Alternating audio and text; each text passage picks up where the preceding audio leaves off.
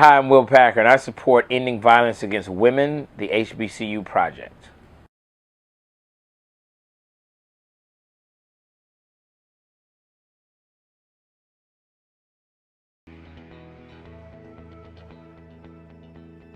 My class was actually part of a class that was the first national achievement class, which is basically the top scores on the SAT test, top African American or minority scores.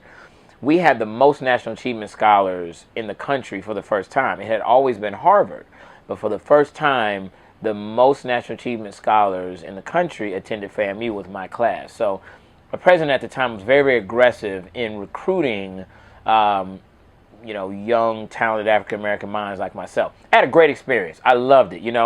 Being at an HBCU definitely prepared me for the industry that I'm in now. I sit here in the trailer of my new set, of my new movie About Last Night, and I'm working with a really, really great talented cast. Everybody from Kevin Hart, Michael Ealy, Joy Bryant, Regina Hall, and being at an HBCU was a very, very ultra-competitive environment. It nurtured and fostered the best in me and my peers, and it always taught us to strive for excellence. Violence against women hurts everybody. It hurts the human race. It hurts us as a global community. There's no excuse for it in any form or fashion. So what I think we have to do in terms of influencing young African American men is to encourage the role models to speak out about why domestic violence in any form or fashion is wrong. Because, young people, I don't care what color they are impressionable.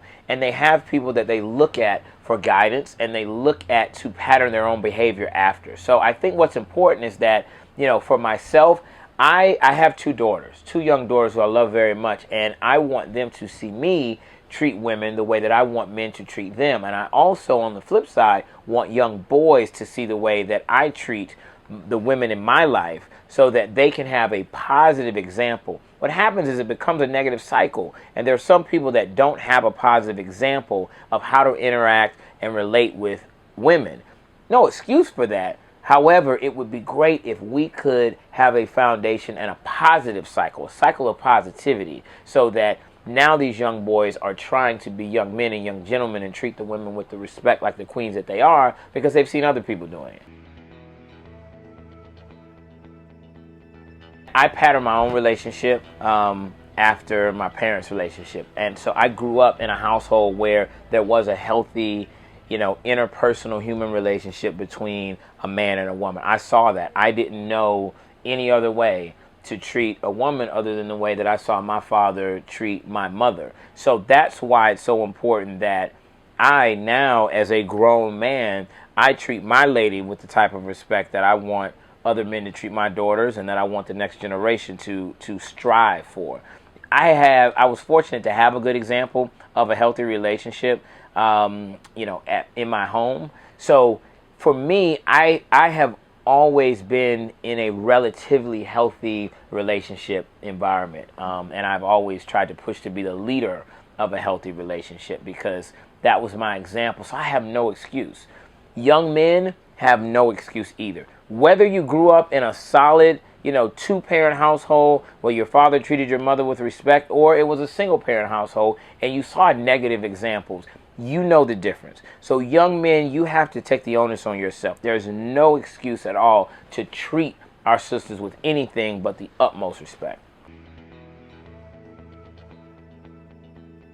The power is in you to not only control yourself and your relationships with women, but also to affect other young, impressionable minds.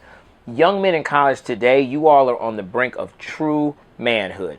It is so important right now that you grasp the power that you have, because you have that next generation watching you very, very closely. So don't underestimate the power that you have when it comes to influencing others.